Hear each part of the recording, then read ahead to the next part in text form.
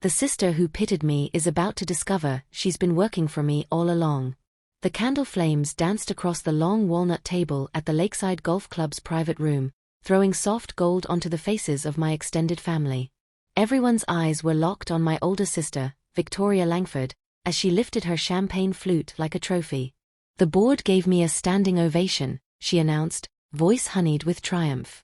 "They're creating a brand new C-suite position just for me, Chief Growth Officer. Effective next quarter." Aunt Clara dabbed her eyes.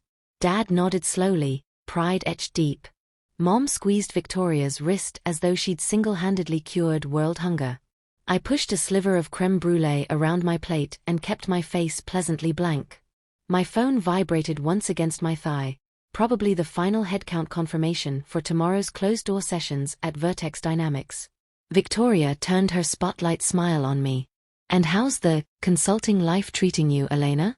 Still chasing those little freelance gigs?" The word freelance landed like a polite slap. I gave the smallest shrug. "It keeps me busy." "Busy," she echoed, letting the syllable hang. "You know, sweetheart, my assistant is leaving soon. I could slide your resume to the top of the pile. Entry-level coordinator, decent benefits, structured hours. You'd finally have stability." Cousin Marcus chuckled. Dad sighed the sigh he'd perfected over 15 years. "Elena was valedictorian at Wharton, you know. We all thought she'd be running Wall Street by now." I met Victoria's gaze for one calm beat. "I appreciate the offer. Truly. But I'm exactly where I need to be." She laughed, a bright tinkling sound meant to sound kind. "Of course. Everyone finds their level eventually." My phone buzzed again. I excused myself, slipping into the dim corridor lined with framed golf legends. The message from my COO was short. All 7 Vertex execs confirmed for 8:45 a.m. Victoria Langford slotted 9:20. NDAs countersigned. Press embargo lifts at 11. I leaned against cool marble and let one corner of my mouth lift. 14 hours. Back at the table, Victoria was still basking, recounting how she'd rescued the Carrington portfolio single-handedly. I resumed my seat and raised my water glass. "To tomorrow," I said quietly. "May it bring exactly what everyone deserves." Victoria arched a perfect brow. "Getting philosophical, little sister? You'll see." The next morning, the top-floor boardroom at Vertex Dynamics smelled faintly of fresh espresso and nervous anticipation. Floor-to-ceiling glass framed the waking city. I waited behind the frosted partition while my team settled the Vertex delegation. Victoria swept in 8 minutes early, charcoal blazer razor-sharp, portfolio clutched like a shield. She shook hands, dropped her title twice in the first 30 seconds, then launched into a practiced elevator pitch about synergy and shared vision. I stepped through the doorway. The room stilled so completely I could hear the HVAC hum. Victoria's smile froze, then fractured. "Elena? Why are you?"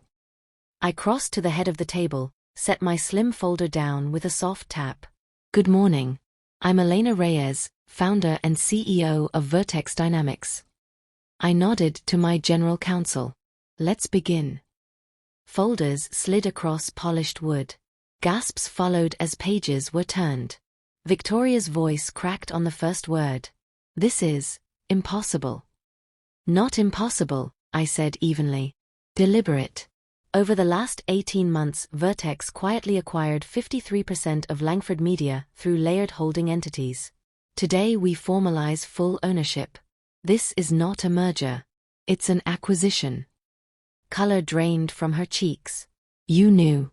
Last night, when I was talking about the Carrington deal, about my promotion, you already owned us." "Yes." I clicked to the first slide, a timeline of silent share purchases. "I also know your rescue of the Carrington portfolio was 80% your director's work. Credit tends to rise to the top. Eventually." She stood abruptly. Chairs scraped.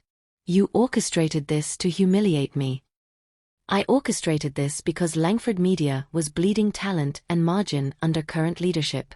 The company, and its people, deserve better."